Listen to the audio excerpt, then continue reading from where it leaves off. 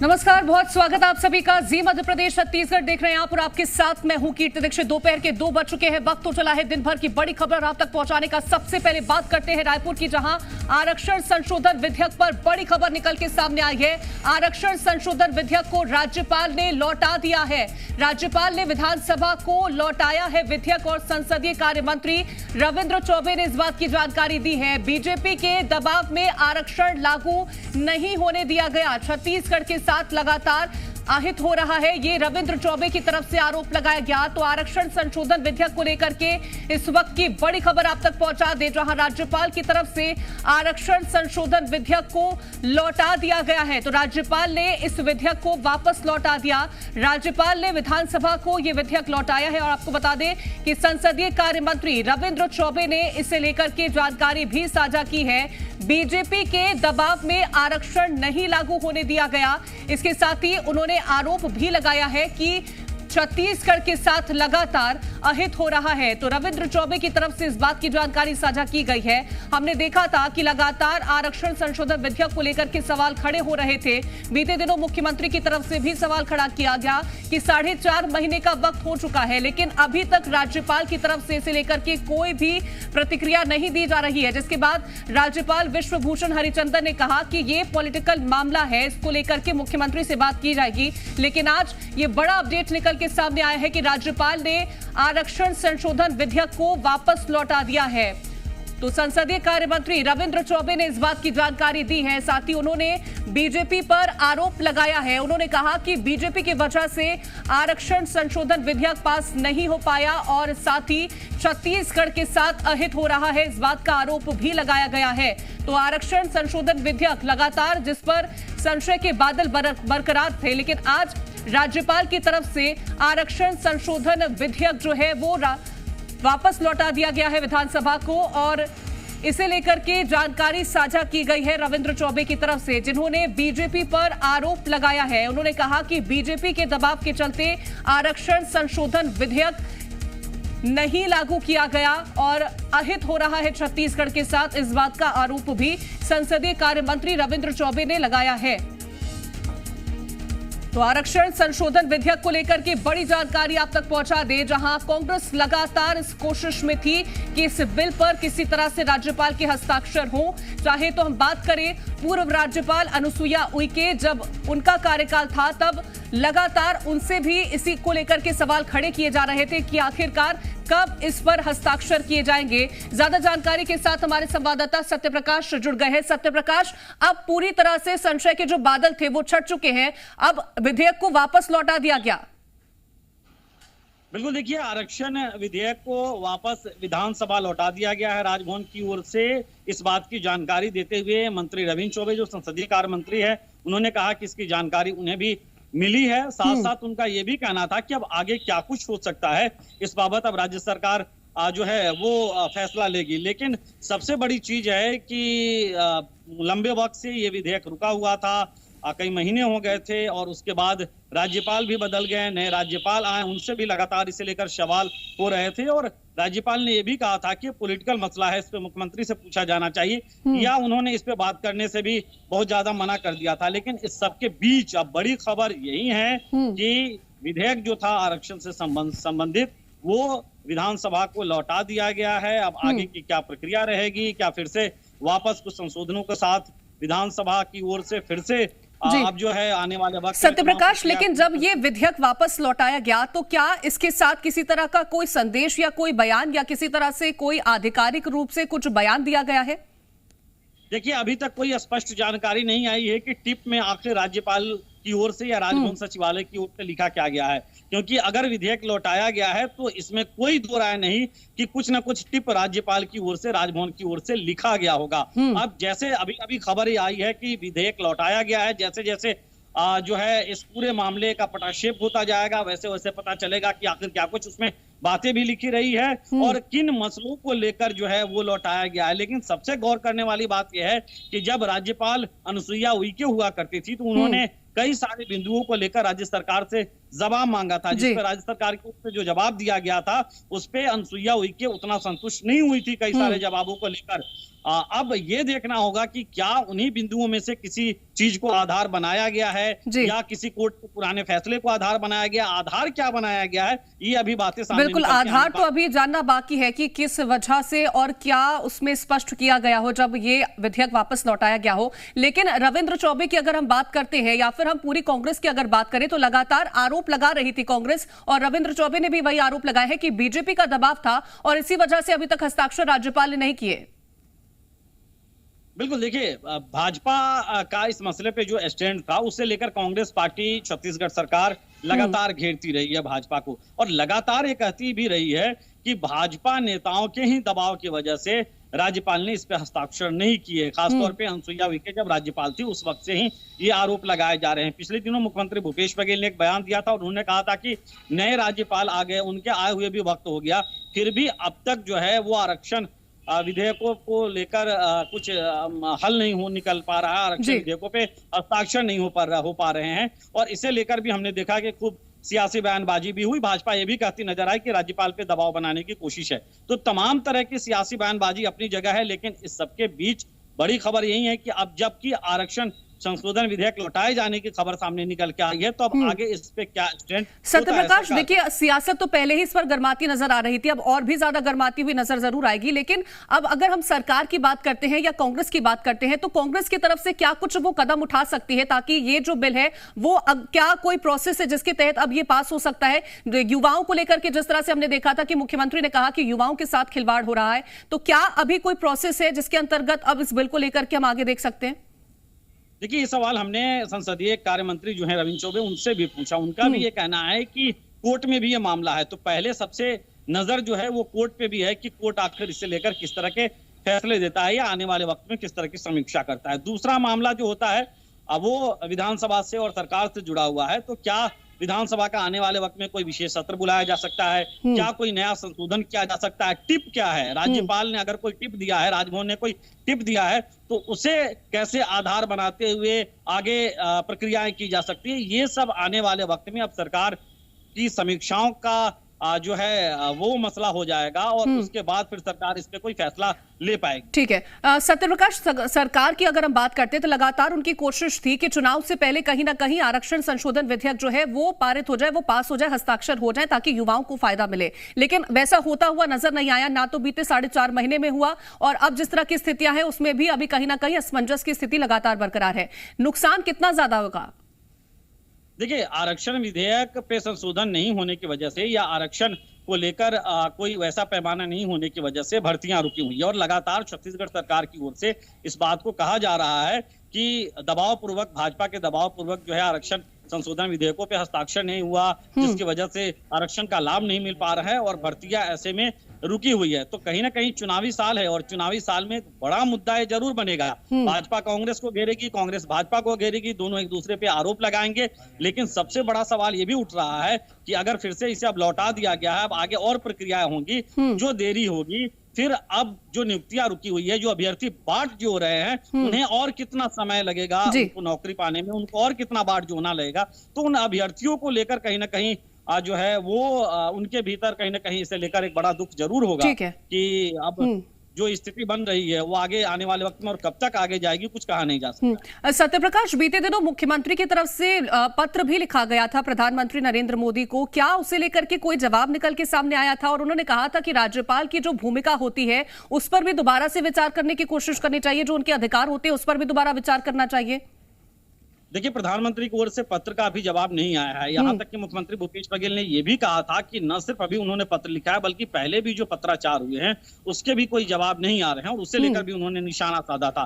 दूसरी ओर अगर हम कहें तो जिस तरह से राज्यपाल की भूमिका की समीक्षा की बात मुख्यमंत्री ने कही थी, इसको लेकर भी आरक्षण विधेयकों से ही कहीं ना कहीं उन्होंने इसे जोड़ा था कि आरक्षण विधेयक आखिर कितने दिनों तक राज्यपाल रख सकते हैं अपने पास, क्योंकि ये स्पष्ट तौर पे है कि अगर राज्यपाल हस्ताक्षर नहीं करते हैं तो विधेयक को लौटा सकते हैं, ये राज्यपाल के अधिकार में है। और राज्यपाल ने हालांकि अभी विधेयक को लौटाया है तो उनके अधिकार क्षेत्र का ही मसला है, लेकिन इस सबके बीच अब यही देखना होगा कि आखिर सरकार की रणनीति अब आगे क्या होती है और सरकार किस तरह के फैसले इसे लेकर लेती है। ठीक है, लौटेंगे आपके पास सत्यप्रकाश। अमित चिमनानी जी हमारे साथ जुड़ गए हैं, प्रवक्ता हैं बीजेपी के। बहुत स्वागत है अमित चिमनानी जी आपका। लगातार देखिए सवाल खड़े कर रही थी कांग्रेस की, हस्ताक्षर नहीं हो रहे हैं, राज्यपाल ना तो वापस लौटा रहे ना तो हस्ताक्षर कर रहे हैं। अब लौटा दिया गया है, लेकिन साथ ही आरोप लग रहे हैं आप पर।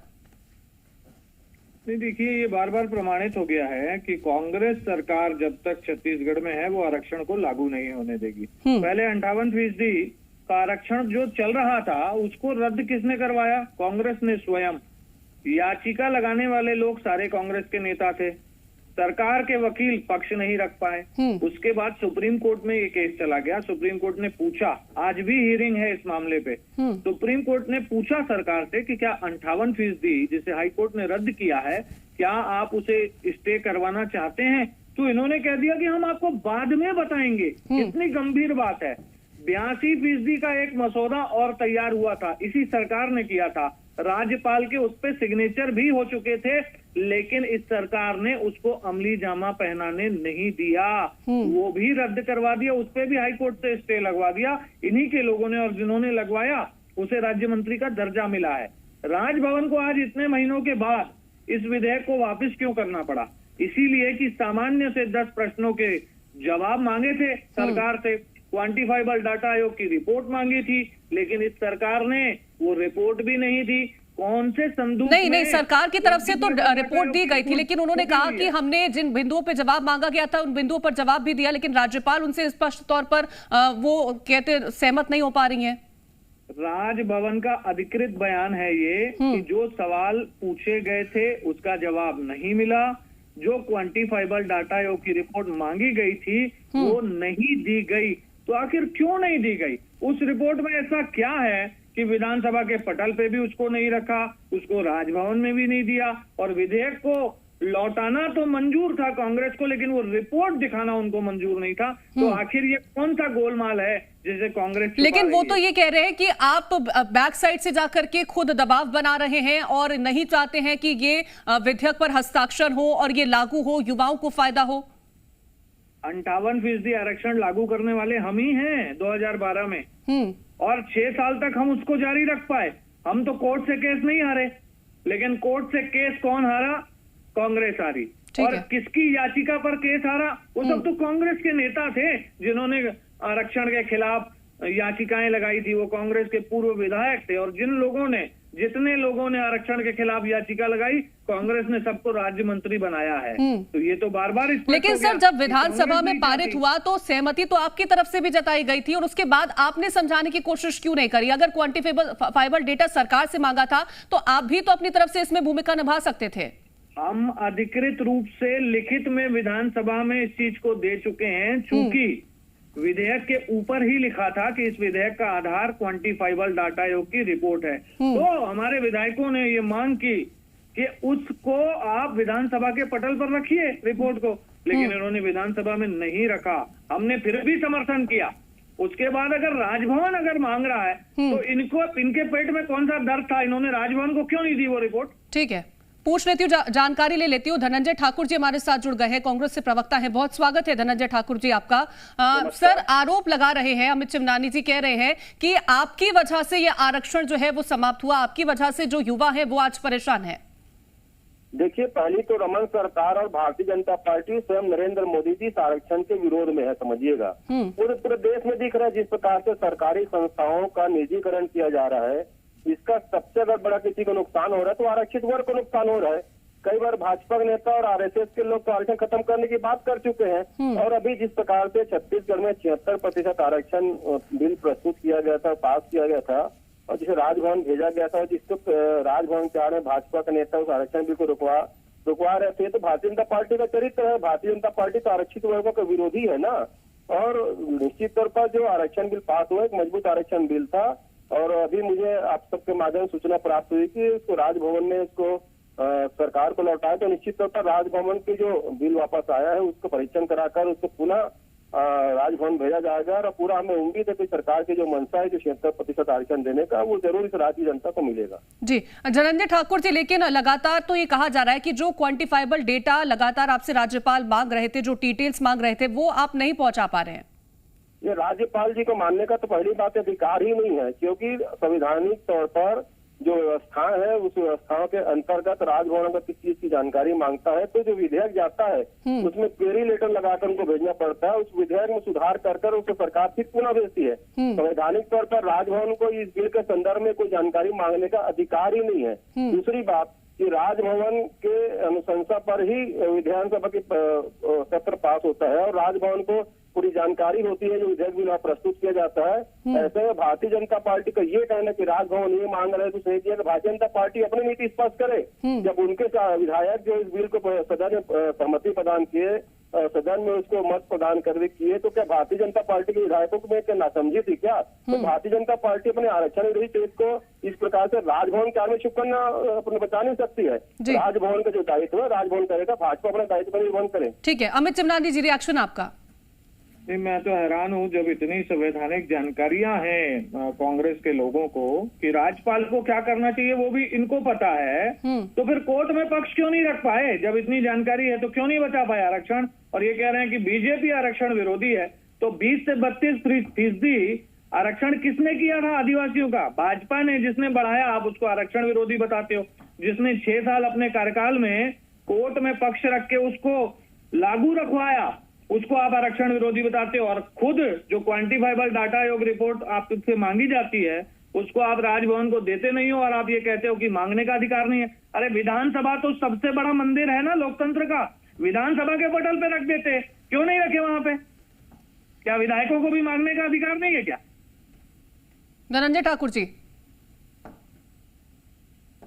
को अपने मीडिया विभाग के जो प्रभारी उनसे पूछना चाहिए कि नारायण चंदेल जी ने जो विधानसभा में विधेयक को जो प्रस्तुत किया, जिसको समर्थन किया, उसका क्या भाजपा के मीडिया विभाग के प्रभारी विरोध कर रहे हैं? क्या नारायण चंदेल जी को यह नासमझ बता रहे हैं, या नारायण चंदेल जी ने जो विधानसभा में इनके विधायकों ने जो प्रस्तुत विधेयक को समर्थन दिया उनको गलत बता रहे हैं? ये भारतीय जनता पार्टी तय कर ले। और विधेयक अगर विधानसभा में पारित हुआ है, उसे जो भाजपा के विधायक जो है उसको समर्थन और सम्मति प्रदान की है, फिर किस आधार से उस पर सवाल उठा रहे हैं? या तो एक अपने नारायण चंदेल से पहले पूछे कि आपने किस आधार पर उसको समर्थन प्रदान किया। अगर वो बिल गलत था तो क्यों नारायण चंदेल जी भारतीय जनता पार्टी से सहयोग की? आज भारतीय जनता पार्टी आरक्षण के मसले पर जो इनका चरित्र पर्दाफाश हो गया है, ये बोल रहे थे। धनंजय ठाकुर जी, लेकिन ये तो आरोप लगा रहे हैं कि जब कोर्ट में पैरवी करनी थी तो आप उसमें सफल नहीं हो पाए, ठीक तरीके से पैरवी नहीं कर पाए। ये इसमें झूठ बोल रहे हैं, क्योंकि जब ये विधेयक लाए थे 32% आरक्षण का, उसका आधार इनको बताना था न्यायालय। उसके लिए उन्होंने कमेटी बनाया, ननकीराम कंवर की कमेटी के अध्यक्षता में। उस कमेटी के रिपोर्ट को प्रस्तुत नहीं किए। उस समय इन्होंने जो प्राथमिक तौर पर जो न्यायालय को चीजें देनी होती है उस एफिडेविट में कि उस बिल के आधार के लिए जो ननकीराम कंवर की कमेटी का गठन किया गया था उसका जिक्र नहीं किए। ये तो पहले दिन से आरक्षण के खिलाफ है ना। इन्होंने एसटी वर्ग के जो आरक्षण है उसे कटौती करने का काम किया था, तो स्वाभाविक बात है एसटी वर्ग के जो आरक्षण कटौती किए तो शुरू से आरक्षण के खिलाफ थे ना, आज भी आरक्षण के खिलाफ में है। इनके नेता सदन में जो बातें करते हैं, टीवी में बैठ के भाजपा के मीडिया प्रभारी उसका विरोध करते हैं, तो पहले आपसी सामंजस्य स्थापित कर ले। अमित चिमनानी जी, वो तो सीधे तौर पर आप पर आरोप लगा रहे हैं कि आप तो इसमें किसके समर्थन में थे ही नहीं। अरे वो तो दोनों बातें कह रहे हैं। एक बार कह रहे हैं कि बीजेपी विरोधी है, फिर खुद ही कह रहे हैं कि नेता प्रतिपक्ष और भाजपा के विधायकों ने विधानसभा में समर्थन दिया। तो जब हमने समर्थन दिया है तो हमको आप विरोधी कह रहे हैं, तो मतलब आपने आपकी बात का खंडन कर दिया। दूसरी बात, हम आरक्षण के विधेयक के समर्थन के बाद क्वांटिफाइबल डाटा आयोग की रिपोर्ट की बात कर रहे हैं, जिसको बार बार हमारे साथी प्रवक्ता घुमा रहे हैं। कभी किसी पे आरोप लगा के, बड़ा सीधा सा प्रश्न है, विधेयक पर लिखा है कि विधेयक का आधार क्वांटिफाइबल, लेकिन वो कह रहे हैं कि राज्यपाल तो किसी तरह की कोई जानकारी मांग ही नहीं सकते हैं। अच्छा, मतलब राजभवन को उसके संवैधानिक अधिकार नहीं मालूम है, वो कांग्रेस तय करेगी क्या? नहीं, उसको नरेंद्र मोदी तय करेंगे कि संविधान के खिलाफ कैसे काम करना है। वो नरेंद्र मोदी जी अब से बैठे ना, तो संविधान काम। धनंजय ठाकुर जी, लेकिन अब की बार आप जिस तरह से कह रहे हैं कि आप दोबारा से इसे भेजेंगे, तो अब इसमें क्या बदलाव करके भेजेंगे जिससे आप उम्मीद लगा के बैठे कि अब की बार हस्ताक्षर हो जाएगा? देखिए, निश्चित तौर पर जो राजभवन ने बिल को सरकार को वापस किया, राजभवन की जो वापसी बिल आई उसका परीक्षण किया जाएगा। उसमें क्या कमी राजभवन के द्वारा लिखा गया है उसको पूरा किया जाएगा, और राज्य की जनता के इसमें 76% आरक्षण को फिर वहाँ पुनः भेजा जाएगा। हमें पूरा उम्मीद है सरकार की जो मंशा है, भूपेश बघेल जी की मंशा, इस प्रदेश के 98% आबादी को 76% आरक्षण का अधिकार देने का, वो निश्चित तौर पर पूरा होगा। ठीक है धनंजय ठाकुर जी, जब ये वापस लौटाया गया है तो क्या इसके साथ आपसे कोई अलग तरह से जानकारी मांगी गई है जो इस बार आप प्रोवाइड कर देंगे और आपको उम्मीदें हैं कि साइन हो जाएगा? देखिए, वो तो विधेयक का परीक्षण करने को उपरांत ही पता चलेगा, और उसमें अभी विधेयक लौटाया गया, तब इसकी जानकारी नहीं, परीक्षण के बाद इस बारे में कुछ बोल पाना संभव हो। ठीक है, और अगर क्वांटिफाइबल डेटा दोबारा से प्रस्तुत करने की बात कही जाएगी तो फिर कैसे पेश करेंगे? देखिए, क्वांटिफाइड डाटा के आधार पर ही वो बिल विधानसभा में प्रस्तुत हुआ है, और जो हमने कहा ना, संवैधानिक दायित्व जो होता है सरकार का और राजभवन का, उस दायित्व का निर्वहन राजभवन को अपनी करनी चाहिए। सरकार अपना निर्वहन कर रहा है, जो जानकारी मांगने का अधिकार राजभवन को है वो दिया जाता है, जो संवैधानिक तौर पर नहीं दिया सकता उसको नहीं दिया जाएगा। ठीक है, और जिस तरह से कोर्ट में अभी ये मामला चल रहा है, वहां पर किस तरह से अपनी दलीलें पेश करेंगे? जी, कोर्ट का मामला कोर्ट में चल रहा है। कोर्ट में जो मामला आया है उसमें भी सरकार पक्ष रख रही है, और सबसे बड़ी बात, हमने तो अपने विधानसभा में ही इस बिल को प्रस्तुत कर दिया है। एक नया बिल हम यहाँ पे ला रहे हैं आरक्षण का, हम उसके साथ खड़े हुए हैं। अमित चिमनानी जी, आप ये बताइए कि बीजेपी जब पूरी तरह से समर्थन दे रही थी तो क्या बीजेपी की भी अभी कोई भूमिका रहने वाली है, ताकि आने वाले वक्त में जिस तरह से चाहती है सरकार की ये विधेयक पास हो जाए, युवाओं को फायदा मिले, तो क्या आपकी क्या भूमिका रहेगी? देखिए, जब 58% आरक्षण जो भाजपा ने लागू किया था, उसे हाईकोर्ट ने कांग्रेस द्वारा पक्ष न रखे जाने के बाद रद्द किया, तब भाजपा के नेता, अनुसूचित जनजाति मोर्चा के सारे लोगों ने अनेक प्रदर्शन छत्तीसगढ़ प्रदेश में किए ताकि आरक्षण की बहाली हो। उसके बाद विधानसभा में हमारे सारे नेताओं ने इस विधेयक को ये कहा कि हम इसको सर्वसम्मति से पारित कराते हैं। हमने कुछ संशोधन के प्रस्ताव दिए, रिपोर्ट भी मांगी, उसके अलावा भी हमने समर्थन दिया। उसके बाद इन्होंने विधेयक राज्यपाल को भेजा, फिर उसके बाद राजभवन और सरकार आपस में कई सारी चर्चाएं करते रहे, और आखिर सरकार राजभवन को संतुष्ट नहीं कर पाई। न ये लोग न्यायालय को कुछ कागज दे पाते हैं, न राजभवन को कागज देते हैं, न विधानसभा में कागज देते हैं। लेकिन मुख्यमंत्री की तरफ से प्रधानमंत्री नरेंद्र मोदी को भी पत्र लिखा गया है। उन्होंने कहा कि उन्हें हमने पत्र लिखा, लेकिन अभी तक कोई जवाब भी नहीं दिया गया उस पत्र का। नहीं तो राज्य सरकार के हाथ में है ना आरक्षण लागू करना। वो पत्र तो राजभवन को भी लिखते हैं, मोदी जी को भी लिखते हैं, और मुझे लगता है कहीं विदेश में भी लिख देंगे। अरे इनके हाथ में जो है वो काम करें ना, कोर्ट में पक्ष रखें, सुप्रीम कोर्ट से स्टे ले आए। यहाँ पर अगर क्वांटिफाइबल डाटा आयोग की रिपोर्ट जो इनके हाथ में है उसको कहीं प्रस्तुत करना है तो उसे प्रस्तुत करने, ठीक है, जो काम अपने हाथ में है वो करना चाहिए। ठीक है, तो कांग्रेस की तरफ से कहा जा रहा है कि वो दोबारा से कोशिश करेगी ताकि इस विधेयक पर हस्ताक्षर हो सके। और अमित चिमनानी जी, आपका हमारे साथ जुड़ने के लिए बहुत शुक्रिया। धनंजय ठाकुर जी, आपका हमारे साथ जुड़ने के लिए बहुत शुक्रिया। सत्यप्रकाश, आपका भी तमाम जानकारी पहुंचाने के लिए बहुत शुक्रिया। फिलहाल वक्त यहाँ पर एक छोटे से ब्रेक का है।